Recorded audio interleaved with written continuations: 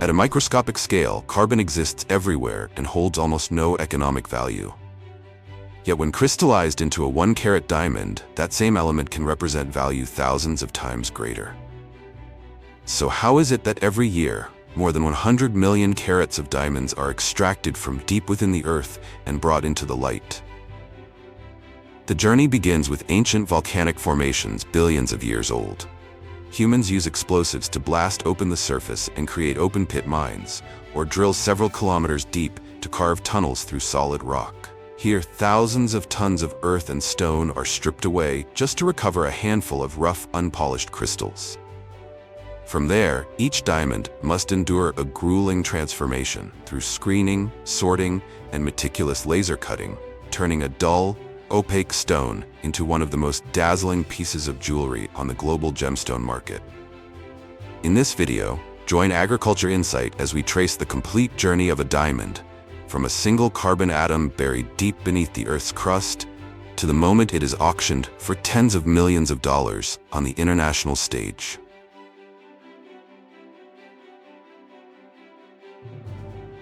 In the United States, 7 out of every 10 women receive a diamond engagement ring when they are proposed to. In China, that figure has already reached 50% in major urban centers, a tradition that, in reality, was only introduced less than a century ago. Before that, diamonds were neither rare nor symbols of love. The turning point came when De Beers implemented a strategy to control the global supply, manufacturing scarcity and spreading a message that would shape an entire century. A diamond is forever. Since then, millions of diamonds have been frozen inside jewelry boxes, gradually becoming a widely accepted measure of a man's commitment and sincerity. But that power is only relative. From a physical standpoint, diamonds can burn at temperatures of around 760 degrees Celsius. And in the marketplace, nature's monopoly is now being challenged by technology. Lab-grown diamonds can be created in just a few weeks, match the quality of mined stones, and cost up to 70% less. Russia still holds the largest diamond reserves on the planet. Yet Pink Star, the most expensive diamond ever sold at auction, is owned by a Hong Kong billionaire. And you, if you had $72 million in hand, would you choose this symbol of power or trade it for half a ton of pure gold?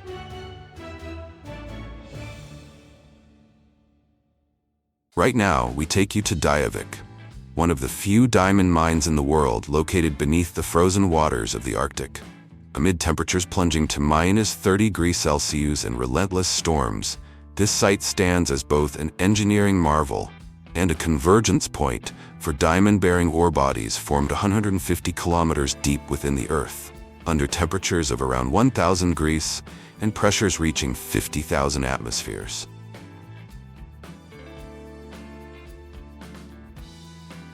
After billions of years in the mantle, only a small fraction of these diamonds were carried to the surface by ancient volcanic eruptions, becoming trapped in kimberlite rock, the very target of mining projects worth hundreds of millions of dollars, where humans challenge nature itself to lay their hands on these hidden treasures. Diamond mining begins with high-precision geological exploration.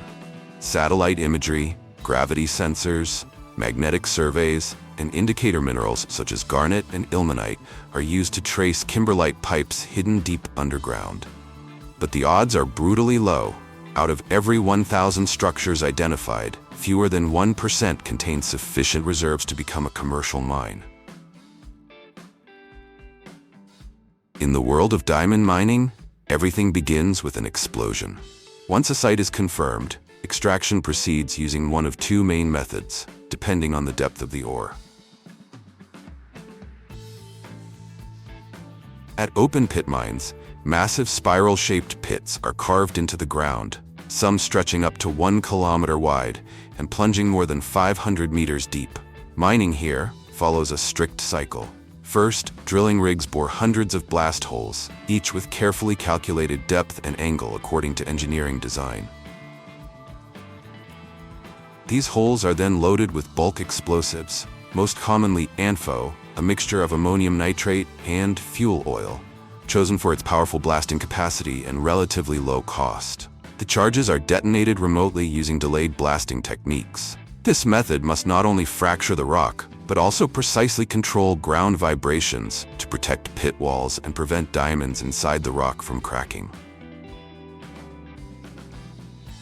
Immediately after the blast, tens of thousands of tons of broken rock are loaded onto ultra-class haul trucks, machines as tall as two-story buildings, capable of carrying up to 450 tons per load, and transported to the surface.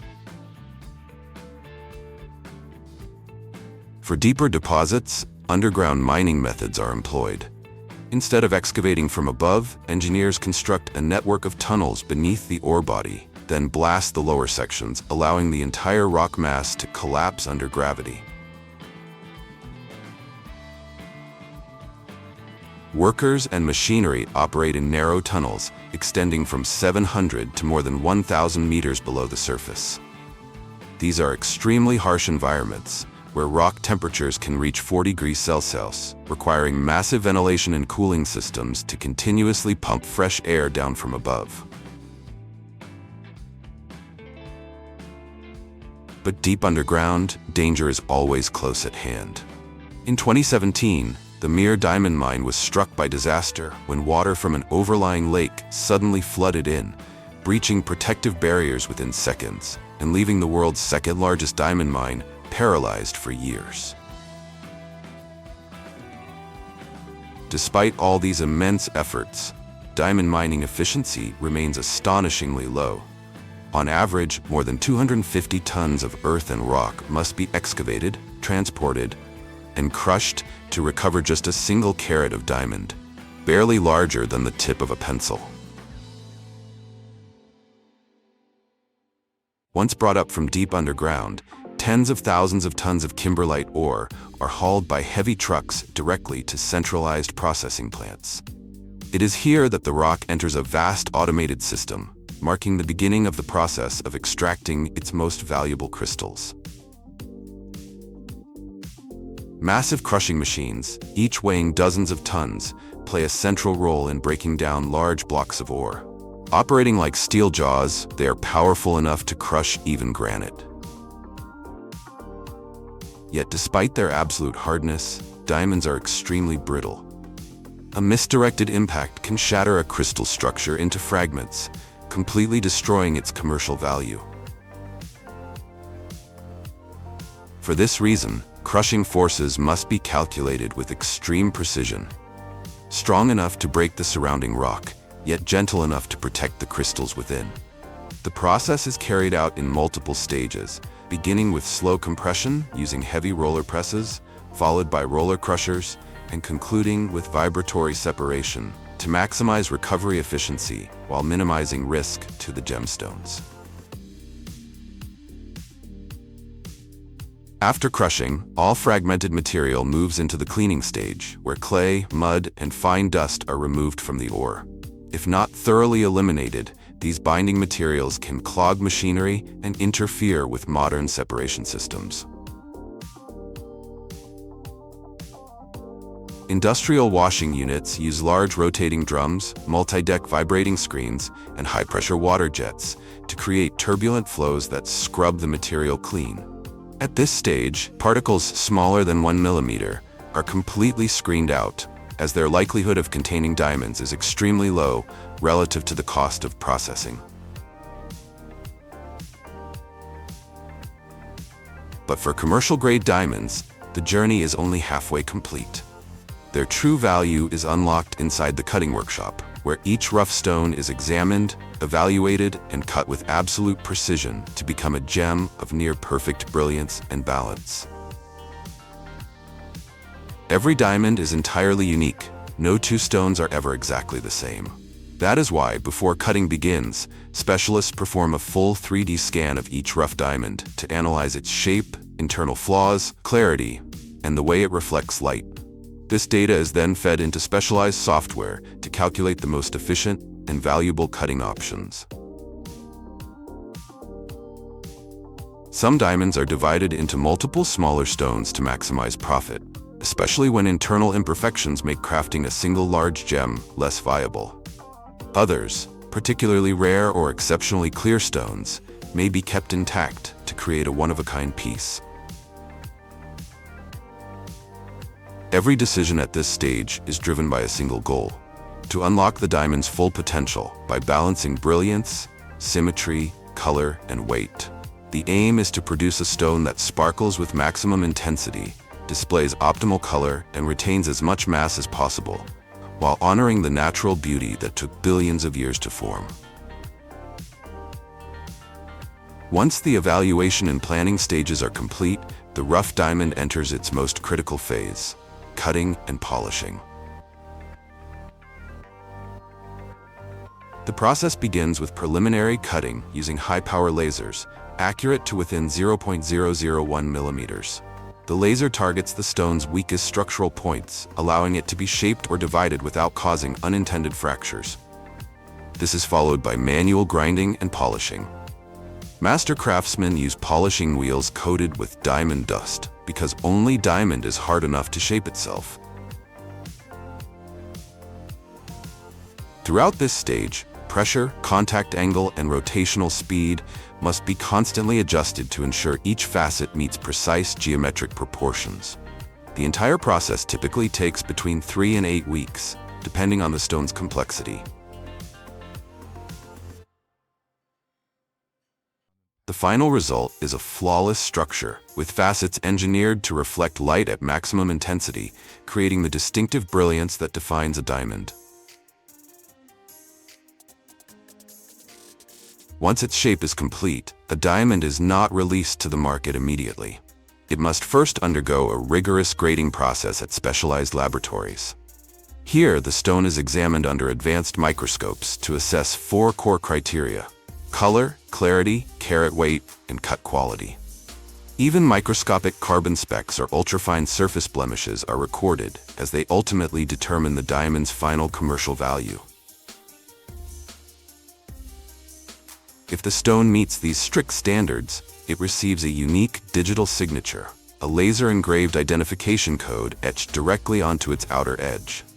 Invisible to the naked eye and readable only under high-magnification microscopes or loupes, this code serves as a critical key for traceability and absolute transparency. Finally, trusted institutions such as the GIA issue an official digital certificate, a comprehensive identity record permanently stored within a global system. In essence, this certificate is the diamond's passport, verifying its quality and safeguarding its value on the international market. Once certified, a diamond enters its final stage, becoming the centerpiece of a global jewelry market worth more than $300 billion each year. At major houses such as Cartier and Tiffany & Co., craftsmanship demands absolute precision, from casting and setting to meticulous hand finishing. To maximize light performance, artisans favor techniques like hidden settings or pave mounting, minimizing the amount of metal that obscures the stone's surface. The goal is to secure the diamond firmly while allowing light to pass through and refract from every possible angle. The result of this uncompromising process is a product with near eternal durability. In reality, gold can be scratched, melted, or worn down by mechanical stress over time, but a natural diamond cannot be destroyed by such ordinary forces. That is why a diamond worn by a bride on her wedding day can remain perfectly intact, even when passed down through dozens of generations.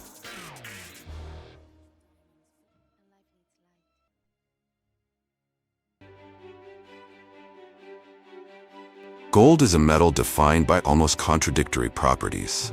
It is so malleable that a single gram can be hammered into a sheet nearly 1 square meter wide, yet so dense that a bar no larger than a brick can weigh more than 12 kilograms. This strange duality is precisely what has made gold an ideal medium for money and the foundation of humanity's value systems for thousands of years. In challenges like the Gold Bar Challenge, a gold bar sits plainly in front of participants, separated only by a transparent glass case, seemingly close enough to grab. But once a hand slips through the narrow opening and attempts to pull it free, the true absurdity of gold becomes clear. Small in size, yet so heavy that human strength alone proves useless. But the weight of gold extends far beyond its economic value. Alongside regulated mining, illegal gold extraction still accounts for an estimated 15 to 20% of global supply, driving deforestation, polluting water sources, and becoming a focal point where economics, survival, and conflict intersect. From South America and Africa to Southeast Asia, gold exposes the complex and uneasy relationship between natural resources, the environment, and the systems of value that shape our world. Gold does not naturally appear on the Earth's surface. Before becoming gleaming bullion stored in national reserves or traded on global financial markets, it undergoes a long journey that begins at large-scale mining operations around the world. Depending on the location and depth of the ore body, gold is extracted through two primary methods: open pit mining and underground mining. With approximately 60 to 70% of global gold production coming from open pit mining, this method has become the dominant approach in the modern gold industry, where massive machinery and advanced geological technologies determine the value of every gram of gold recovered.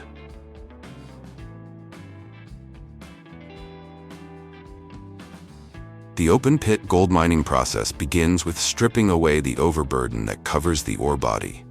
All vegetation, topsoil, and barren rock are removed to expose massive open pits that can span several kilometers in width and reach hundreds of meters in depth. At major gold mines in countries such as Australia, the United States, and Peru, between 100,000 and over 500,000 tons of earth and rock may be moved every single day just to access the gold-bearing ore below, a figure that highlights the enormous scale of this mining method.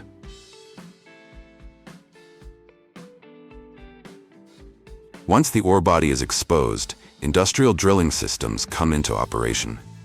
Large diameter drill bits bore holes tens of meters deep into the rock, which are then loaded with explosives and detonated according to carefully calculated sequences.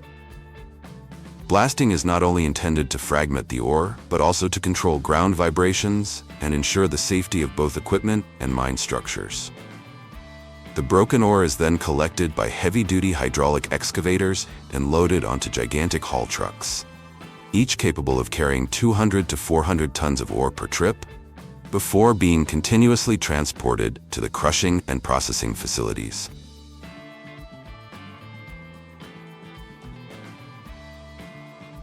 However, not all gold deposits can be mined using open-pit methods. When ore bodies lie deep below the surface and the overlying rock is too thick, mining operations must shift to underground mining, one of the most complex and high-risk techniques in modern gold extraction.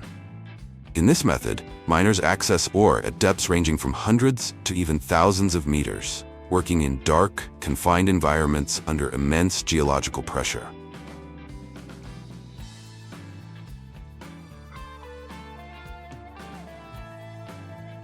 Underground gold mining begins with detailed geological exploration, using core drilling, seismic surveys, and 3D modeling to accurately determine the location, thickness, and gold grade of the ore body. Based on this data, main access tunnels and secondary drifts are excavated deep into the mountain or beneath the surface, forming an extensive underground network that can extend for tens of kilometers, allowing controlled access to the gold-bearing rock. At the ore body, high-power hydraulic drilling rigs create blast holes according to carefully calculated patterns. Explosives are then loaded and detonated in a strictly controlled sequence to fracture the gold-bearing rock while maintaining the structural stability of the tunnels. After each blast, the broken ore is collected by specialized underground loaders and haul trucks, which transport it through narrow tunnel networks to the processing area.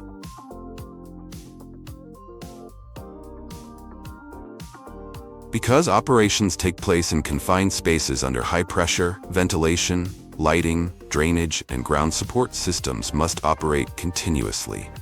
Temperatures in deep underground mines can exceed 40 degrees Celsius, while the risks of tunnel collapse, toxic gases, and flooding are ever present.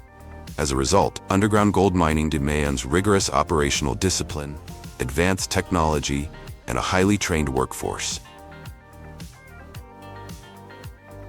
Currently, around 30 to 40% of global gold production comes from underground mining, particularly at major mines in South Africa, Canada, and Australia. Although more costly than open-pit mining, this method enables access to deep, high-value deposits, where each ton of ore may contain only 3 to 10 grams of gold, yet still generate substantial profits. Underground gold mining is not merely a confrontation between humans and geology. It is a clear demonstration of the price humanity pays to bring each gram of gold from the darkness beneath the earth into the center of the global economy. Regardless of whether gold is mined by open pit or underground methods, the ore ultimately converges at a single destination, the processing plant. This is where the true value of the ore is released, as rocks that appear inert begin to reveal the gold hidden deep within them. At the plant, the ore is first fed into a primary crusher, where large rocks are broken down into smaller fragments. It then passes through secondary and fine grinding stages until the particle size becomes small enough for efficient gold recovery. In modern mining operations, processing plants can handle tens of thousands to hundreds of thousands of tons of ore per day, even though the average gold grade is often only 1 to 5 grams per ton of rock.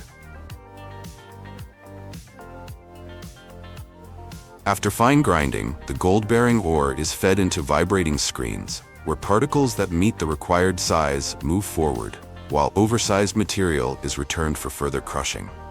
This is the stage at which gold truly begins to separate from the surrounding rock.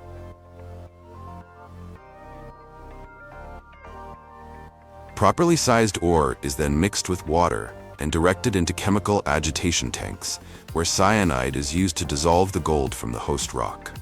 In the cyanidation process, gold enters the solution and is subsequently recovered through filtration, where gold-bearing material is captured.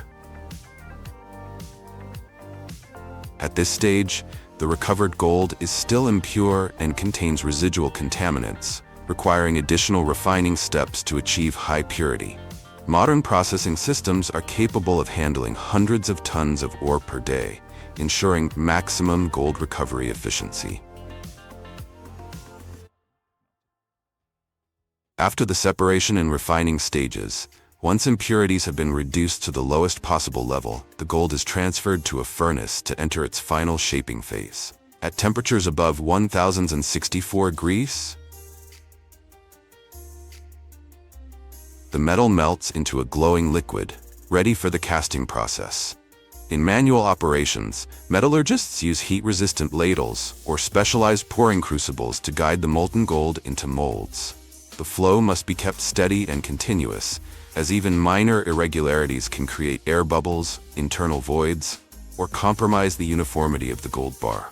As the molten gold reaches the base of the mold, it spreads under gravity, gradually filling the predetermined shape. In modern facilities, this entire process is fully automated.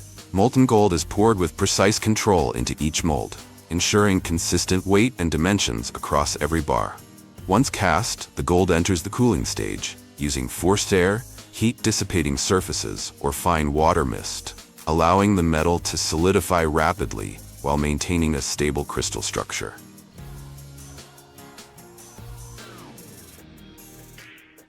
With traditional methods, gold bars are typically left to cool naturally in open air, a process that can take anywhere from several minutes to several tens of minutes depending on their size. Once cooling is complete, the bars are removed from their molds, revealing a sharp metallic luster, ready for inspection, weighing, finishing, and ultimately entry into the global circulation system.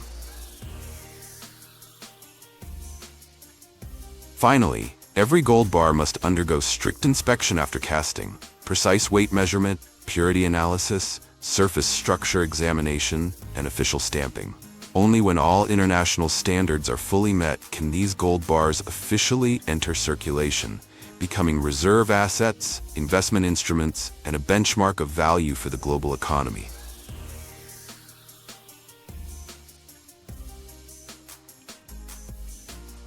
Once refined to a high level of purity, gold does not remain solely in the form of large bars. It is further processed by rolling and dividing into standardized products such as mini gold bars, minted gold ingots, or industrial gold sheets. Thanks to its exceptional malleability, gold can be rolled into uniformly thin sheets, then cut, stamped, and certified directly on production lines. At the same time, a portion of refined gold is drawn into wires to produce chains and semi-finished jewelry components, ready for further shaping and design. From a single solid gold bar, this transformation allows gold to exist in many different forms, serving both investment and consumer purposes.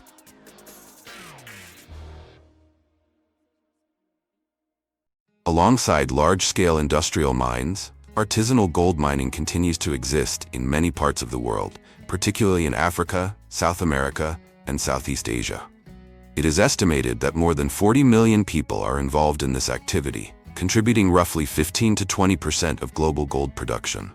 Without massive machinery or automated systems, gold is extracted using simple tools such as shovels, sluice boxes, and basic chemicals like mercury to separate gold from sediment. This lack of regulation and control has made artisanal mining a major source of environmental degradation, contaminating water systems, destroying ecosystems, and posing serious health risks to miners and surrounding communities. Yet for many impoverished regions, it remains a vital means of survival, where each tiny grain of gold carries both hope and a heavy cost.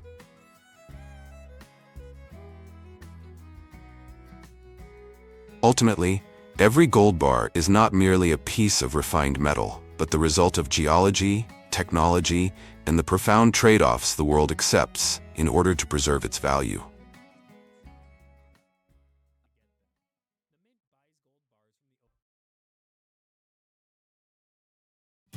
When it comes to toilet paper, there's probably nothing more fascinating, just like the thoughts running through your head when you suddenly run out. More than 2,000 years ago, before toilet paper existed, humans used all kinds of things to wipe: stones, dry branches, corn cobs, even seashells. The ancient Greeks used small ceramic discs, while the Romans had a stick with a sponge on the end, washed in salty water and shared by everyone in public baths. But countless ways to wipe. Humans have always been incredibly inventive when it comes to staying clean. It wasn't until the 6th century, in China, that toilet paper was first recorded, and it took over 1,000 more years before it became a household essential around the world. Today, the world produces more than 300 billion rolls of toilet paper every year, and this massive industry generates over $60 billion in global revenue. In the United States alone, the average person uses about 100 rolls per year, most of which are produced domestically. Familiar names like Charmin, Cottonelle, Scott, and Quilted Northern dominate the market, turning toilet paper into a true multi-billion-dollar business. And if you were at the supermarket, how would you choose your toilet paper? By brand, by the claims printed on the package, or simply by which roll feels right at first glance? And now, let me take you to the southeastern United States, where the subtropical climate and year-round rainfall have nurtured vast eucalyptus forests, meticulously planned and cultivated specifically for the paper industry. Each tree takes up to 20 years to mature. When the trunk reaches a diameter of 10 to 12 inches, with moisture below 60% and optimal cellulose content, it's ready for harvest. When the harvest season arrives, the forest comes alive. Massive harvester forwarder machines, each weighing nearly 18 tons, move into action. First, hydraulic arms clamp the tree trunk tightly, while a chainsaw blade slices cleanly through the base in just seconds. The trunk is then lifted and fed through an automatic delimbing unit. where rotating rollers strip off branches and bark. Next, laser sensors determine the precise length and send data to the machine's control system. The log is automatically cut into even sections, roughly 2 meters long, the ideal size for transport and later pulp processing. The entire sequence takes only a few dozen seconds, requiring almost no human touch. Yet every move is tracked by GPS to ensure cutting stays within designated zones and avoids disturbing the forest floor or young roots. Even the machine's tracks are engineered to distribute weight evenly, preventing soil compaction and allowing the forest to recover quickly after harvesting. Most of the wood used for toilet paper is considered low-grade timber, crooked trunks, young cores, or blemished logs unfit for furniture making. Yet this very wood has the perfect balance of fibers and lignin for pulping.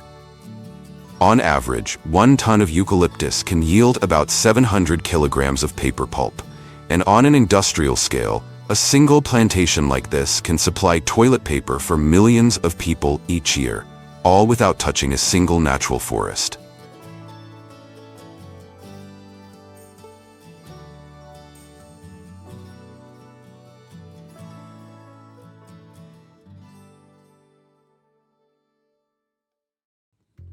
As the first trees fall, the next star of the forest takes the stage, the forwarder, a timber hauler capable of carrying up to 14 tons of logs in a single load.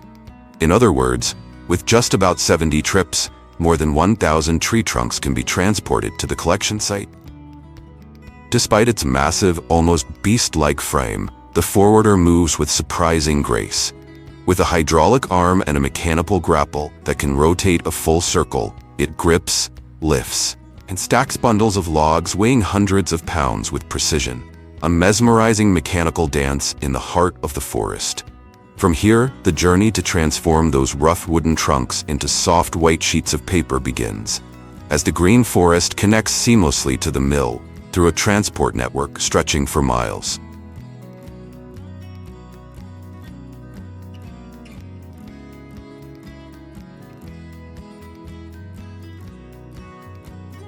When the timber trucks arrive, the journey begins anew in a very different way. Here, the logs enter the first stage of the paper-making industry. Thousands of tree trunks are unloaded onto vast yards spanning hundreds of hectares, where they are sorted, measured, and stacked into towering rows, forming walls of wood that mark the true beginning of their transformation.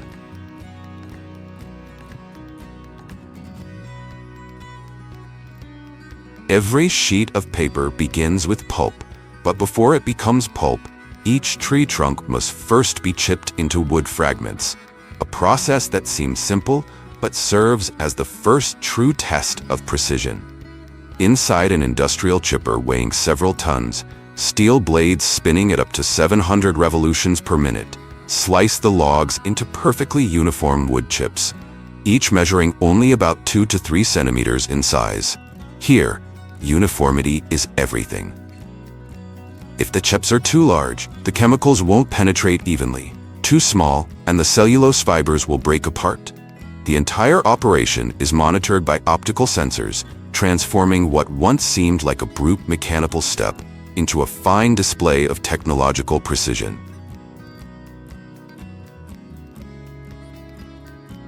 After that, the clean wood chips are pumped into a high-pressure digester, where a mixture of alkaline chemicals and heat breaks down the lignin, the natural glue that binds cellulose fibers together. Over roughly 3 hours of cooking, the lignin dissolves, leaving behind an ivory-white suspension of fibers, a thin, milky liquid that is, in fact, pulp. From a single batch of 25 tons of wood chips, the mill produces about 15 tons of high-quality pulp. The leftover black liquor, rich in dissolved lignin, is recovered and burned to generate energy for the mill itself, completing a closed-loop cycle of material and energy. The final step before this humble pulp begins its transformation into toilet paper.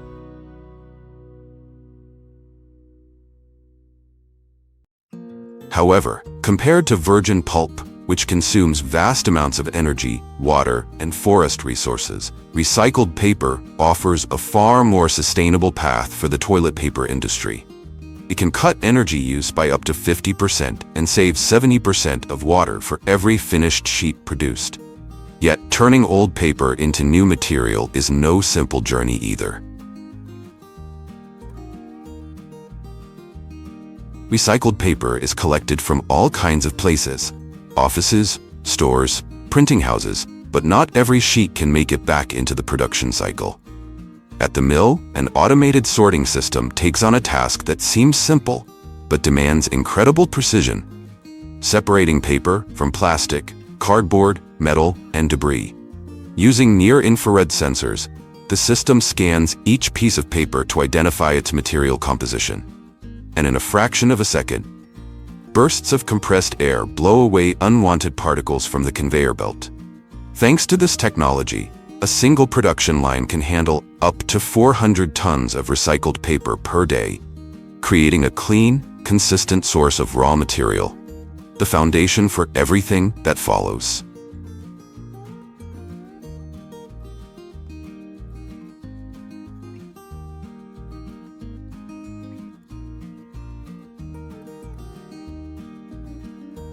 Recycled paper, once sorted, is fed into an industrial shredding machine.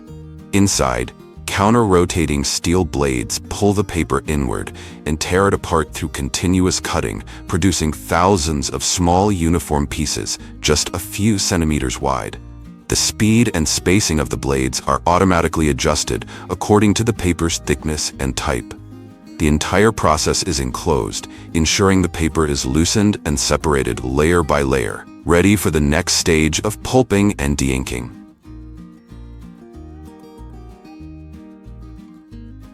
After being shredded, the paper is sent to the processing area, where it enters a massive industrial washing system that runs through 14 continuous treatment stages. Here, layers of cellulose fibers are released from their original structure, ground into a fine pulp, and pass through multiple filtration screens to remove even the tiniest impurities. Next, the pulp moves into centrifugal cleaning chambers, spinning at extremely high speeds to separate heavier particles such as sand, metal fragments, or small pieces of wood. Though this process demands a significant amount of energy, it's still considered far greener than producing virgin pulp from wood, with each ton of recycled paper saving dozens of trees and thousands of liters of water. Even after cleaning, the pulp still carries the traces of its past, ink. To remove it, the pulp is mixed with a special soapy solution. As the mixture is stirred, countless tiny bubbles rise to the surface, lifting microscopic ink particles that cling to the foam. The dark froth is then skimmed away, leaving behind a cleaner, ivory-colored pulp beneath. Finally, the pulp undergoes a mild bleaching process and is diluted with water, forming a smooth, milky suspension, the purified pulp, ready to be reborn as paper once again. At the heart of this process stand massive machines over 120 meters long, running day and night, carrying out 4 remarkable stages of transformation that turn nothing more than water and cellulose fibers into paper. The pulp is diluted and pumped onto a continuously moving mesh belt known as the fourdrinier wire. As the slurry spreads evenly across the surface, water drains through the mesh, leaving behind a tightly interwoven network of cellulose fibers, the very first, rough form of paper. At this stage, both the shape and strength of the sheet are determined. Even the slightest deviation here will leave its mark throughout the paper's entire lifespan, much like the foundation of a building. At this point, the paper sheet still contains dozens of times its weight in water. To remove this excess, it passes through a series of press rollers, each weighing several tons and operating under extreme pressure. As the sheet moves through, it is tightly compressed, forcing out moisture while strengthening the bonds between cellulose fibers.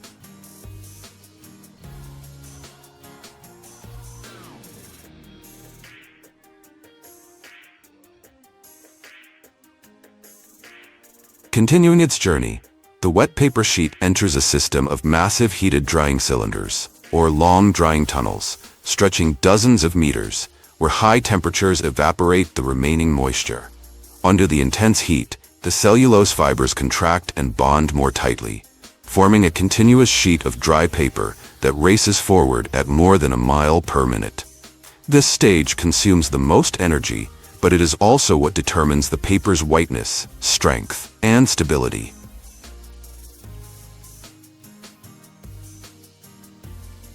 Once it leaves the dryer, the paper still carries wrinkles and ripples caused by heat expansion and contraction. It then passes through a series of calendar rolls, where heat and pressure are precisely adjusted to smooth the surface, create a gentle sheen, and ensure uniform thickness. The result is a soft, even ribbon of paper, winding gracefully around the Yankee dryer drum, the final step before it's cut, embossed, and packaged. All of this happens in just 7 seconds, from a watery slurry to fully formed sheets of paper, light as air, yet born from hundreds of tons of force and thousands of sensors.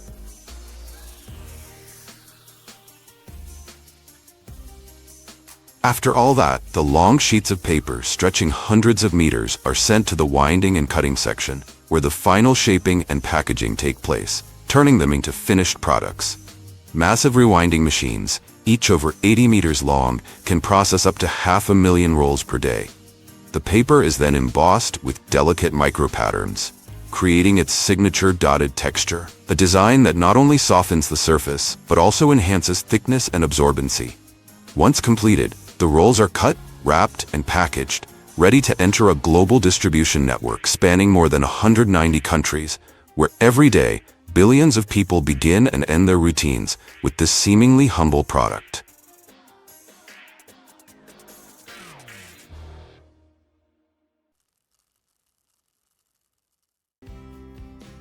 Most artisanal brands, such as Grand Patron Smoky or Siembra Valles Ancestral, slow roast the hearts for 5 to 7 days, allowing the starches to gradually convert into sugars while absorbing the smoky, woody, and mineral aromas. This slow transformation infuses the agave with deep notes of caramel, smoke, and earth, a signature richness that no industrial steel oven could ever replicate. After roasting, the surface of each piña turns a gleaming amber hue, while the flesh inside becomes soft, aromatic, and sweet. They are left to cool naturally for several hours, allowing steam to escape and the fibers to relax. Once the temperature stabilizes, workers use hand-forged steel axes to chop the massive piñas, each weighing up to 100 kilograms, into smaller pieces. Each strike is not just an act of strength and precision, but the first true step in transforming the piña into tequila. The chopped pieces are then gathered and left to breathe for a few more hours before moving on to the next stage of conversion. At this stage, the roasted agave is taken to a traditional stone mill pit, where a massive tahona wheel, weighing nearly 2 tons, slowly rolls over each batch of softened fibers. In the past, this stone wheel was pulled by donkeys or oxen, but today it is mostly powered by slow-turning motors that preserve the rhythm of traditional milling. As the tahona rotates, a worker stands nearby, using a rake to turn, spread, and guide the agave pulp back into the wheel's path, ensuring every strand of piña is thoroughly crushed but never pulverized. The tahona doesn't just extract the sweet juice, it also retains part of the fibrous pulp, an element that gives the tequila a fuller body, natural smokiness, and a deep, lingering finish. The honey-like liquid collected from this process, called aguamiel, carries all the sugars, minerals, and aromatic compounds of the agave. This sweet nectar then flows through a network of pipes into large fermentation tanks, ready for the next transformation. The traditional method is still preserved today, but as global demand continues to rise, producers have had to adopt modern production lines, both to reduce manual labor and to maximize output. That's why our journey now takes us to large-scale tequila distilleries, where hundreds of millions of bottles are produced each year to supply markets across the world.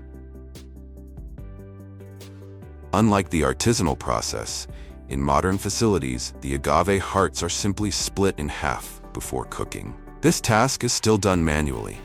Workers wield large axes or machetes to cut through the tough cores, allowing the piñas, each weighing tens of kilograms, to steam more evenly in industrial ovens. Every decisive strike not only paves the way for mechanized processing, but also preserves the human touch, a lasting mark in the journey of creating tequila.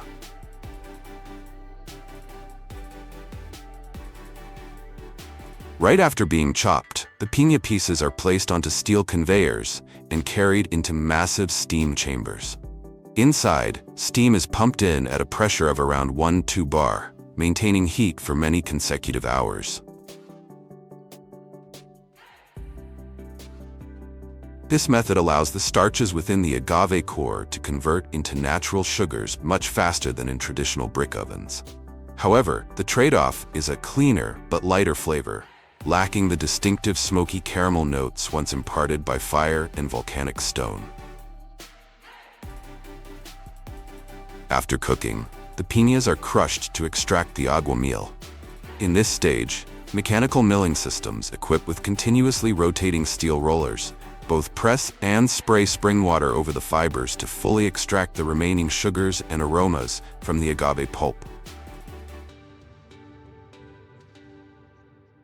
This method achieves up to 98% sugar extraction efficiency, making it ideal for large-scale industrial production.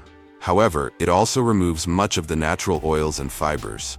For that reason, many modern producers still preserve part of the tahona process alongside, to retain the depth of flavor and the artisanal character that define traditional tequila.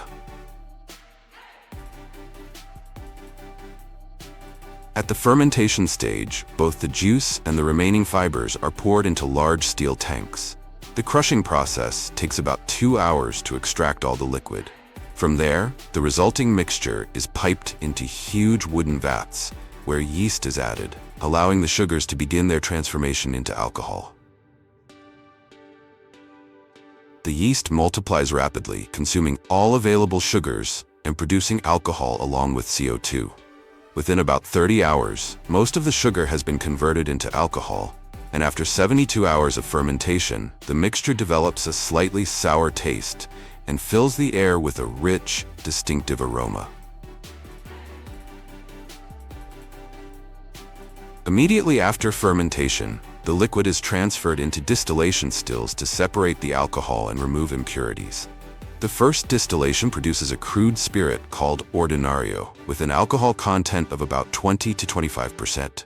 It is then distilled a second time to refine and raise the strength to between 38% and 55%. Traditional copper stills lend warmth, complexity, and a classic aroma to the tequila, while stainless steel stills in industrial production ensure precise control and higher efficiency. This is the pivotal stage where the spirit's strength and layers of flavor are defined. Afterward, the tequila is transported by tanker trucks to aging warehouses.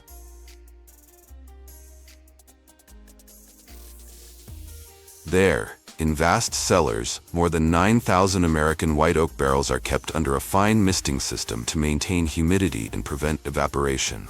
The finest tequilas are aged for up to 5 years, absorbing the essence of the wood and developing a superb depth of flavor. For more complex varieties, the tequila is aged for at least 2 months or longer, depending on its quality. During this maturation, it draws in the wood's character, acquiring its signature amber color and rich, rounded taste.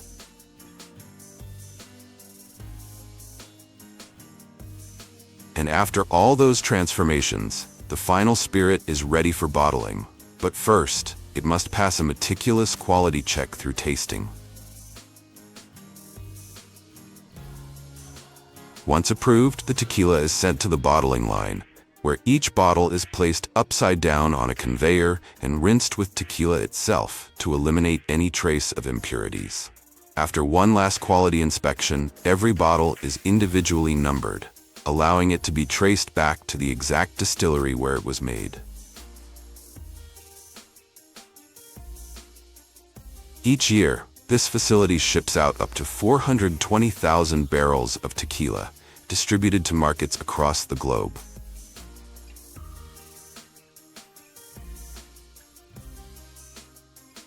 If you ever have the chance, visit the state of Jalisco, because nothing compares to standing amid endless agave fields, breathing in their distinctive aroma, and feeling the spirit of Mexico all around you. Here, tequila is more than just a drink, it's a living culture, flowing through family-run distilleries, bustling markets, lively street bars, and the free-spirited people themselves.